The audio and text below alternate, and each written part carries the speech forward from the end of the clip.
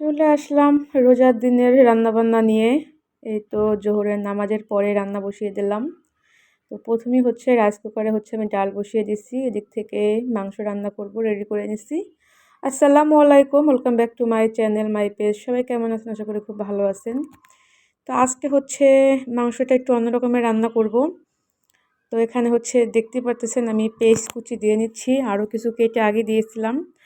তারপর হচ্ছে মশলা বেটে নিয়েছিলাম, হাতে শিলপাটায় বেটে নিছি।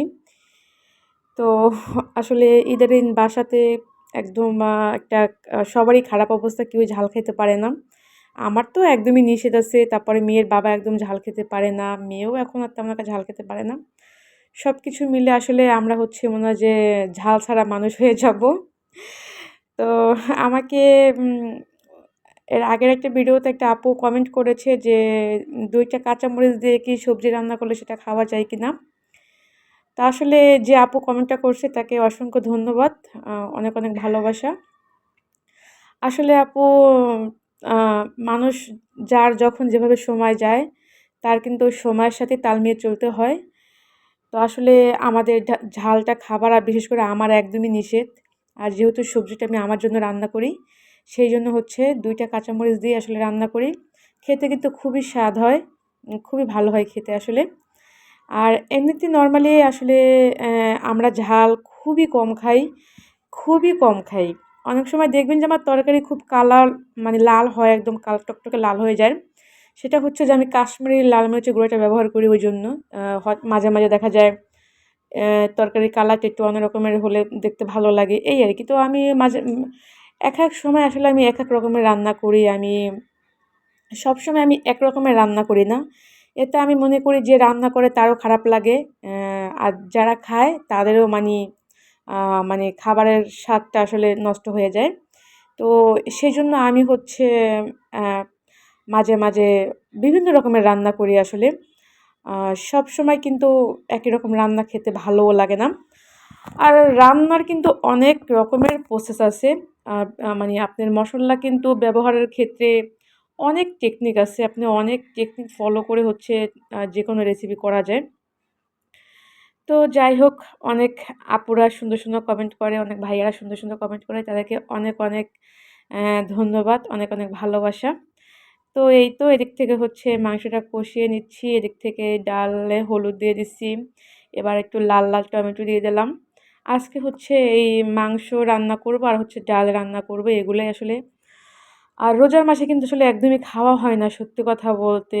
আমি আম অনেক মানি মোবাইলে দেখি, YouTube চ্যানেলে দেখি, Facebook এ দেখি যে মানুষ যে কত, কত খাইতে পারে, মানে কত খাবার যে সামনে নিয়ে বসে, বা আমি জানি না সত্যি আসলে এই রোজা হয়তো তাদের জন্য, শুধু খাওয়ার জন্যই এই রোজা তাদের মাঝে আসে। আসলে রোজা কেন? আল্লাহ আমাদের রোজা কেন রাখার আদেশ করছেন? শুধু এক গাদা, গাদা ইফতারি খাবার জন্য না, হ্যাঁ? আ এই রোজা থেকে কিন্তু আমাদের শিক্ষা নেওয়ার জন্য আল্লাহ আমাদের জন্য এই রোজা রাখার নিয়ম করে দিছে। তো আসলে যাই হোক, ওগুলো বলতে চাই না। এটা আমি মনে করি বলাটা উচিত না। এটা যার, যার রুচির ব্যাপার। তো আমি সবসময় চেষ্টা করি যে রোজার ভিতরে কম খাবার মানে মানে করার জন্য বা কম খাওয়ার জন্য।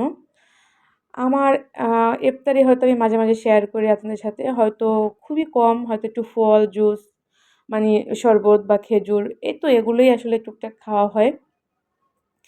কিন্তু যতটুকু রেডি করে নিই অতটুকুই আসলে খাওয়া হয় না। আল্লাহর দেখুন কি বরকত, যে একটু খেজুর আর শরবত খেলেই কিন্তু মনে হয় যে তৃপ্তিতে মানে পেট ভরে যায়, তৃপ্তি হয়ে যায় পুরা একদম। তো এই আরকি, আসলে যাই হোক, রান্না-বান্না শেষ করলাম। এবার হচ্ছে আ মানে আমি আসরের নামাজের জন্য যাবো। আসরের আজান দিয়ে দিচ্ছে। তো এই যে দেখুন তরকারির কালারটা কিন্তু খুব সুন্দর হইছে। তো এদিক থেকে হচ্ছে ইফতারির সময় হয়ে গেছে। আর হয়তো কিছুক্ষণ সময় আছে। এ আমার আর মেয়ের ইফতার রেডি করে নিছি দেখুন। এখানে খুবই কিন্তু একদম পরিমাণ মতো খাবার ইফতারটা আছে। আর কোনো ভাজা-পোড়া একদমই তো নাই। জাস্ট ফল। কিন্তু আমি আর মেয়ে কিন্তু এই সবটুকু খাবার শেষ করতে পারব না। আসলে আমি ইফতারের পরে যে এখনো কতটা খাবার আছে, আমি সেটা আসলে আপনাদেরকে ভিডিও করে দেখাবার আসলে দরকার ছিল। তো এখনও অনেকক্ষণ সময় আছে, প্রায় ১০-১২ মিনিট সময় আছে। তো আমি হচ্ছে একটু দুরূদ পড়ে নিচ্ছি। ইফতারের আগ মুহূর্তে কিন্তু বেশি, বেশি দুরূদ পাঠ করা উচিত। আর অবশ্যই তো ইফতারের আগের দোয়া কবুলের সময় দোয়া করতে হয়। তো আসুন আমরা সবাই মানে খাওয়ানোর পিছনে না ছুটি, আমরা ইবাদত করি একটু বেশি, বেশি। সময় কিন্তু অনেক মূল্যবান। এই সময় কিন্তু চলে গেলে আর ফিরে পাবেন না। তো সময়ের মূল্য দিতে শিখুন।